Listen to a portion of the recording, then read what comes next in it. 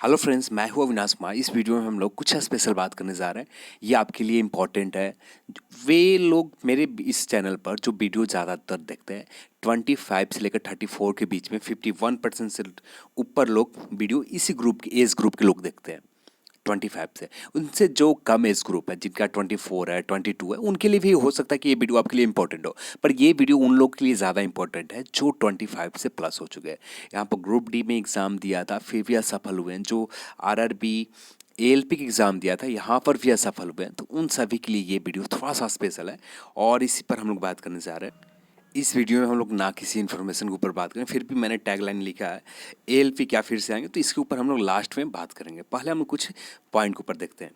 जैसे यहाँ पर जितने लोग भी ग्रुप डी में फेल हुए हैं, एएलपी में फेल हुए हैं, अभी भी कुछ लोगों से मैं बात करूँ तो सबसे पहले जो पॉजिटिव पॉइंट है मेरे साथ, मैं सभी को नंबर देता हूँ जिनको ज़्यादा दिक्कत होते हैं। कुछ लोग को नहीं दे पाता हूँ, उनके लिए माफ़ी चाहता हूँ।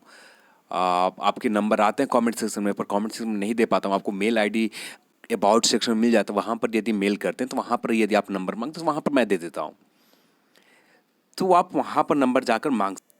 जो आप लोग से बात करता हूँ तो उनसे कुछ निकल कर आते हैं। जैसे बहुत सारे आप लोग निराश होते हैं, कुछ लोग खुश होते हैं। तो निराश लोग भी इस तरह से बात करते हैं, बहुत अजीब से बात करते हैं।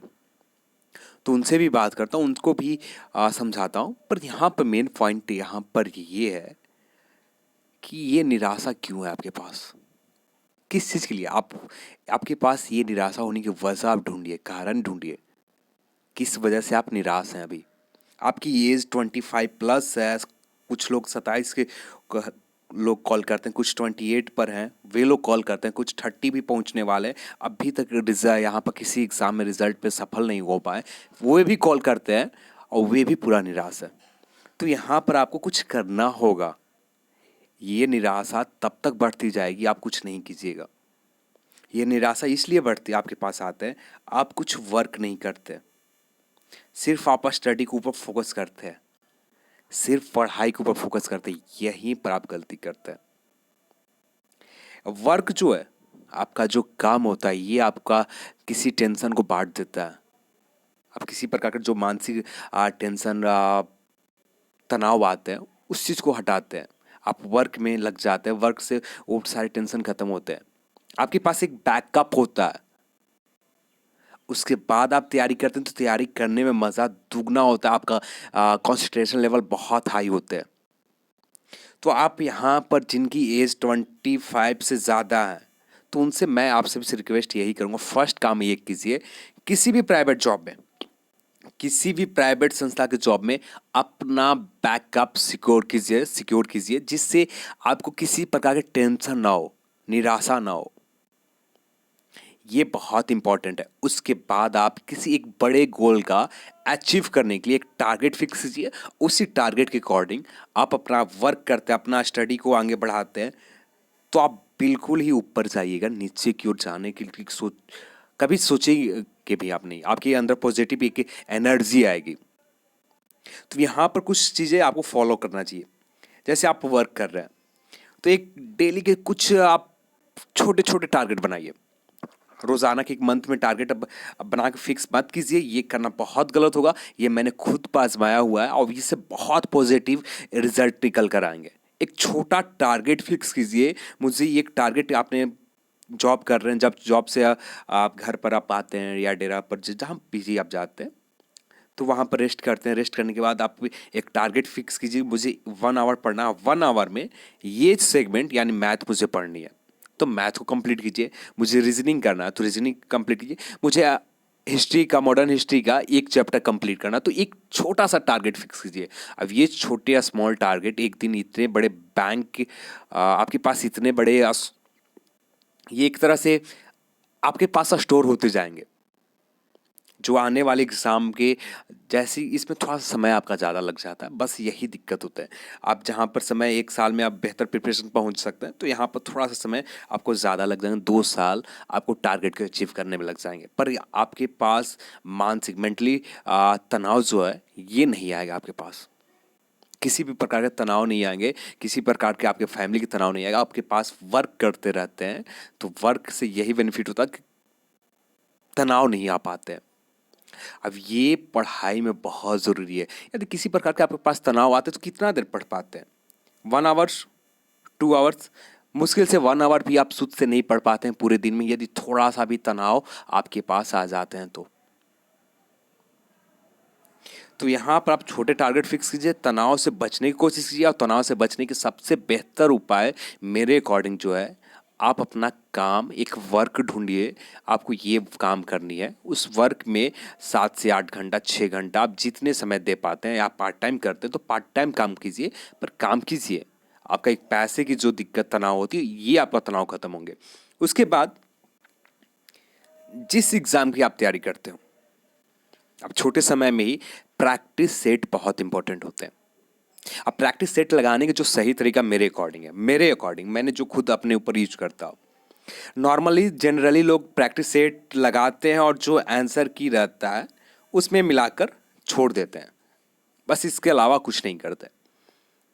पर आप प्रैक्टिस सेट जब भी लगाएं, आप टारगेट करेंगे मुझे आज 25 ही प्रश्न को प्रैक्टिस करनी है। जब 25 प्रश्न का आप प्रैक्टिस करते हैं और 25 प्रश्न को उसी दिन उसी समय उसका आंसर की में नहीं देखना है आपको, आंसर की उस टॉपिक से रिलेटेड जो आपने 25 प्रश्न सॉल्व किया, उस टॉपिक से रिलेटेड आप सीधे बुक के ऊपर जाएं, बुक से देखें, बुक के अकॉर्डिंग आप उसके पढ़ें, आप जिस टॉपिक पर आपने 25 प्रश्न सॉल्व किया।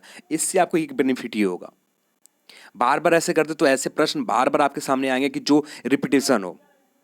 जब रिपीटेशन हो रहे हैं बार बार एक ही प्रश्न के, तो बार बार आप एक ही चीज को पढ़ रहे हैं और उससे रिलेटेड और भी जितने डिटेल्स हैं और भी जितने फैक्ट्स हैं वो भी आपका क्लियर हो रहा है। ठीक है, तो आप इससे आपका फैक्ट्स भी आप एक ही फैक्ट्स को बार बार पढ़ रहे हैं। अब एक पॉइंट को आप एक प्रश्न को सॉल्व किया, आंसर की चेक करते तो सिर्फ उसका एक फैक्ट्स पता चलते हैं आपको। एक फैक्ट्स देखा, उसमें कुछ याद होते हैं, कुछ 2 दिन बाद आप भूल जाते हैं। जब इसी प्रश्न के ऊपर उसी प्रश्न के ऊपर आपने बुक में देखा, उस पर आपने समय दिया, उससे रिलेटेड और भी फैक्ट्स देखे, तो उसमें से कुछ फैक्ट्स आप लंबे समय तक याद रहेंगे, कुछ फैक्ट्स आप भूल जाएंगे। अब प्रैक्टिस सेट में ऐसा होता है कि एक ही प्रश्न कई जगह रिपीटेशन होते हैं, तब जब उसी प्रश्न फिर से आता, फिर से आप उसी बुक्स को पढ़ते हैं तो फिर से वो आपके सामने आ जाते हैं। तो ये आपका क्रम 25 प्रश्न का आप डेली प्रैक्टिस करते हैं, इससे आप क्रमबद्ध तरीके से आप कंटिन्यू रहते हैं, एक ही प्रश्न को बार बार देखते हैं। तो ये आपका बहुत पॉजिटिव एनर्जी आपको देगा, जो आपको प्रिपरेशन में बहुत हेल्पफुल होंगे। यदि आप साथ में काम कर रहे हैं, साथ में इस तरह से आप स्टडी करते हैं, तो एक बहुत ज़्यादा पॉजिटिव वे में आप पढ़ रहे हैं। आपका एक जो आपका गोल है वो अचीव होने में ज़्यादा मुश्किल नहीं होगा। जो आपका मोटो है वो तो आपका अचीव होने में ज़्यादा आपको कष्ट नहीं करने होंगे, ज़्यादा मेहनत नहीं करने होंगे। एक हल्के हल्के से छोटे छोटे से मेहनत से आप उस अपने टारगेट को, अपने गोल को अचीव कर सकते हैं। बस आपकी जो रन पढ़ने के जो तरीके हैं उससे बदलना होगा। जनरली हम लोग पढ़ते रहते हैं, इसके अलावा कुछ करते ही नहीं है, पर यही पर गलती करते हैं। आप छोटे समय दीजिए। आप एक चीज़ समझिए, आपका 25 एज है, आप 12 से 13 घंटा नहीं पढ़ सकते, इतना देर आप नहीं दे पाएंगे। उसमें बीच में कुछ ना कुछ के मानसिक तनाव, आपको मेंटली टेंशन, हेडक आ ही जाएंगे। जब मेंटली हेडक आ जाएंगे तो पूरा दिन आपका बर्बाद हो जाएगा। तो उसके लिए आपको काम करना बहुत ज़रूरी है। आप वर्क के ऊपर भी फोकस कीजिए, साथ में इसके ऊपर भी फोकस कीजिए। तो यहाँ पर मैंने एक 3rd नंबर लिखा, आप समय को चोरी करें। आप सभी को हंसी आ रहे होंगे तो समय की चोरी कैसे करें? तो यहाँ पर आप कर सकते हैं समय की चोरी। जैसे आप अपने वर्क कर रहे हैं तो समय के आप वर्क कर रहे हैं तो लगातार तो आपको कंटिन्यू एक ही वर्क नहीं करते होंगे, उसमें कुछ देर बैठ के सब लोग हंसी मजाक या कुछ करते, तो उसी में एक छोटे से समय को आप चोरी कर लें। यूट्यूब है, फेसबुक है, किसी फेसबुक का स्टडी ग्रुप में जुड़े हुए हैं तो उस ग्रुप में आप 5 मिनट देख लेते हैं, तो बहुत सारे ऐसे फैक्ट्स मिल जाते हैं जो आपको याद हो जाते हैं। तो इस तरह से आप समय की चोरी कर सकते हैं। किसी आप फन वीडियो देखने से बेहतर है 15 मिनट उसमें आपको समय देने से बेहतर है कभी कभी देखना चाहिए, कभी कभी देखना चाहिए, रेगुलरिटी के साथ नहीं देखनी चाहिए। कभी कभी फन वीडियो देखने से बहुत आपको रिलैक्स अंदर से मिलता है, तो ये देखना चाहिए। और सबसे ज़्यादा इम्पोर्टेंट है पैसेंस, धैर्य। धैर्य बहुत ज़्यादा इम्पोर्टेंट है। मैक्सिमम लोगों से जो मैं बात करता हूँ उनके पास धैर्य ही नहीं है। मैक्सिमम कमेंट जो पढ़ता हूँ उनके पास भी धैर्य नहीं है। ये बहुत ज़्यादा इम्पोर्टेंट है। धैर्य रखना बहुत ही ज़्यादा इम्पोर्टेंट है, जो आपके प्रिपरेशन के लिए, जो आगे आपने आने वाली जो लाइफ है उसमें ये बहुत ही इम्पोर्टेंट रोल निभाएगा आपके लाइफ में। आप ये कुछ काम करते हैं तो मैं निश्चित, आप एक चीज़ और फोकस कीजिएगा। आप यहाँ पर मैंने इस चीज़ को छोड़ दिया। नंबर 5th पॉइंट में आप सिलेबस का कभी भी साथ मत छोड़िए। सिलेबस जो है, जिस एग्ज़ाम को आपने किसी एक टारगेट फिक्स कीजिए। एक भी पॉइंट, एक चीज़ और ख्याल रखिएगा, बहुत एग्ज़ाम देने से बेहतर है कि आप किसी एक एग्ज़ाम को टारगेट फिक्स कीजिए। ये ज़्यादा बेहतर है। किसी एक एग्ज़ाम को टारगेट फिक्स कीजिए और उसके सिलेबस को कभी भी अपने साथ से दूर मत होने दीजिए। एक ही सिलेबस को आपको टाइम मिलता है तो 2 मिनट के लिए आप सिलेबस देखते हैं, पर 2 मिनट के लिए आप सिलेबस को देखते रहिए। प्रीवियस ईयर पेपर को आप सॉल्व करते हैं तो प्रीवियस ईयर पेपर के लिए मैक्सिमम टीचर इसलिए आपको सजेस्ट करते हैं कि आपको पेपर के ऊपर जो पकड़ है वो बेहतर हो, प्रश्न किस तरह से पूछे जाते हैं ये बेहतर हो, आपको किस प्रश्न को, किस चीज़ को पढ़ना है, किस चीज़ को छोड़ना है, ये बेहतर हो। इसलिए लोग सजेस्ट करते हैं कि आप प्रीवियस ईयर पेपर सॉल्व करें। और प्रीवियस ईयर पेपर सॉल्व करने से यही आपके अंदर डेवलप हो जाती है। आप किसी मास्टर या किसी टीचर के से आप नहीं देखने की ज़रूरत पड़ती, किसी टीचर की वीडियो नहीं देखने की ज़रूरत पड़ती है, किसी टीचर से गाइड लेने की ज़रूरत नहीं पड़ती, उनके पास एक्सपीरियंस लेने की ज़रूरत नहीं पड़ती। वो एक्सपीरियंस आपके अंदर डेवलप हो जाती है प्रीवियस ईयर पेपर सॉल्व करने से। कोई टीचर आपको नहीं बताएगा कि क्या पढ़ना है, आपको खुद पता रहेगा कि आपको क्या पढ़ना है। तो ये सारी चीज़ें आपको करना चाहिए। यदि आपका शौक है गवर्नमेंट जॉब पाना, आपका शौक है, आपकी टारगेट है, एम है, तब जाकर आप इन सभी पॉइंट के ऊपर आपको वर्क करना चाहिए। आपके पास कोई ऑप्शन नहीं है कि और कुछ ऑप्शन आपके पास हो। तो यहाँ पर कुछ एज ग्रुप मेरे इस चैनल पर जो वीडियो देखते हैं जो 24 से कम भी हैं, तो उनके पास, आपके पास टारगेट सिर्फ पढ़ना है। तो आपके लिए भी ये आपके ऊपर भी ये वीडियो लागू होता है कि आप भी ये काम करें। आप वर्क करने के लिए आपके पास पूरी तरह से फ्री है तो वर्क मत कीजिए। आपके किसी प्रकार के मेंटली प्रेशर नहीं है तो वर्क मत कीजिए। पर यदि आपके घर की हालात, आपकी फैमिली की हालात उतनी बेहतर नहीं है तो आपको वर्क यहाँ पर करना चाहिए। ये आपके घर के प्रॉब्लम से बहुत दूर रखेंगे। आपको घर की प्रॉब्लम के बारे में टेंशन नहीं होगी, सोचने की ज़रूरत नहीं पड़ेगी। यदि आप थोड़ा सा भी सोचते हैं कि घर की प्रॉब्लम, ये सारी चीज़ें हैं, आपको पढ़ने में डिस्ट्रैक्ट करता है, ये आपको भटकाता है। ये कुछ लोगों को लगता है कि ताकत होता है, पर ये भटकाते हैं। आप थोड़ी देर पर, आप 2 मिनट समय देते हैं, आप जब 2 मिनट सोचने के लिए समय आते हैं, आपको पता ही नहीं चलता कि कब मैं सोचते सोचते 30 मिनट से 1 आवर बीत गए, 30 मिनट के बाद 1 आवर बीत गए, पता ही नहीं चलते हैं। तो ये चीज़ आपको डिस्ट्रैक्ट करता है। तो इसके लिए भी आपका काम पर, यदि अपने काम की छोटा सा पार्ट टाइम काम कर लेते हैं, उसके बाद आप पढ़ते हैं किसी भी एग्ज़ाम के लिए 6 आवर्स से लेकर 4 आवर, किसी भी एग्ज़ाम के लिए, मैक्सिमम लोग के लिए सफिशिएंट होते हैं, काफ़ी होते हैं। आप किसी आईएएस की एग्ज़ाम नहीं देने जा रहे हैं, यदि आईएएस की एग्ज़ाम में भी 6 से 4 आवर्स ये कंटिन्यूटी के साथ एक लगातार आप पढ़ते हैं तो ये भी अचीव किया जा सकता है। 6 आवर 4 आवर ज़्यादा बहुत क्वालिटी समय होता है। बस इस क्वालिटी समय में आप कितना क्वालिटी स्टडी आप गेन करते हैं, फैक्ट्स गेन करते हैं, इस पर इम्पोर्टेंट बहुत रखता है। तो आप जो आपकी तरीका, जो आपका स्ट्रेटजी है, आपकी रणनीति है पढ़ने की, ये क्वालिटी वाली स्ट्रेटजी हो गई ना, सफल होने में उतना मुश्किल नहीं होंगे। अब हम लोग बात कर लेते हैं ये जो आपके थंबनेल में लिखे उन पॉइंट के ऊपर। ये पॉइंट है, आगे आपके पास एनटीपीसी है तो ये चीज़ आप एनटीपीसी पे भी कर सकते हैं। आपके सामने ग्रुप डी का है, जीडी का है, एमटीएस है, तो बहुत सारे आपके पास टारगेट हैं और सभी में बहुत बड़ी वैकेंसीज है, छोटी वैकेंसी नहीं है।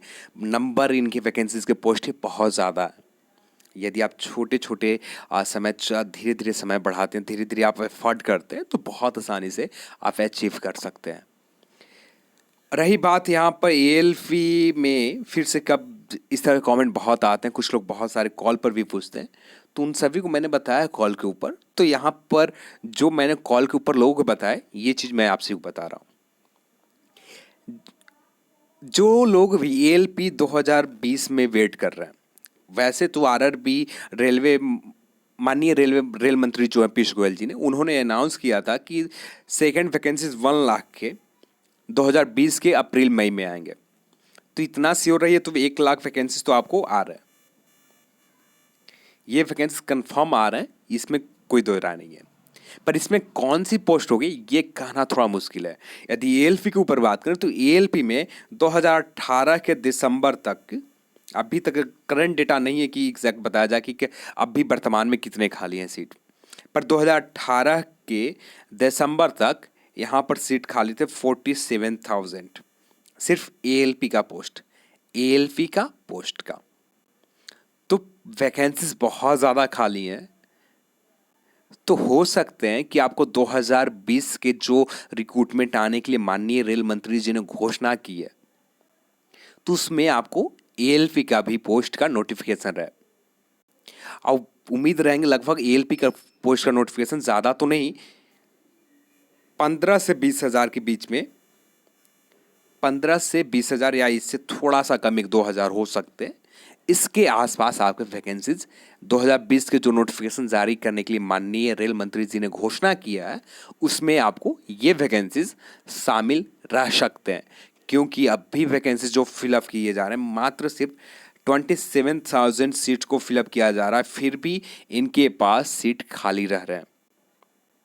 तो सीट जब खाली है तो उनका अगले जो वैकेंसीज के अनाउंस किया है, तो यहाँ पर ग्रुप डी के तो फिर से नहीं ले सकते। यहाँ पर ग्रुप डी के बहुत सारे सीट वैकेंट 1 लाख यहाँ पर कंटिन्यू चल रहे हैं। पिछले बार 64,000 के वैकेंसीज कंप्लीट हो गए, तो यहाँ पर सीट इनका फिलअप हो रहा है। पर एएलपी का पोस्ट अभी भी बहुत खाली है। ये वैकेंसी फिलअप करने के बाद भी 27,000 जो चल रहे हैं, फिलअप करने के बाद भी खाली है।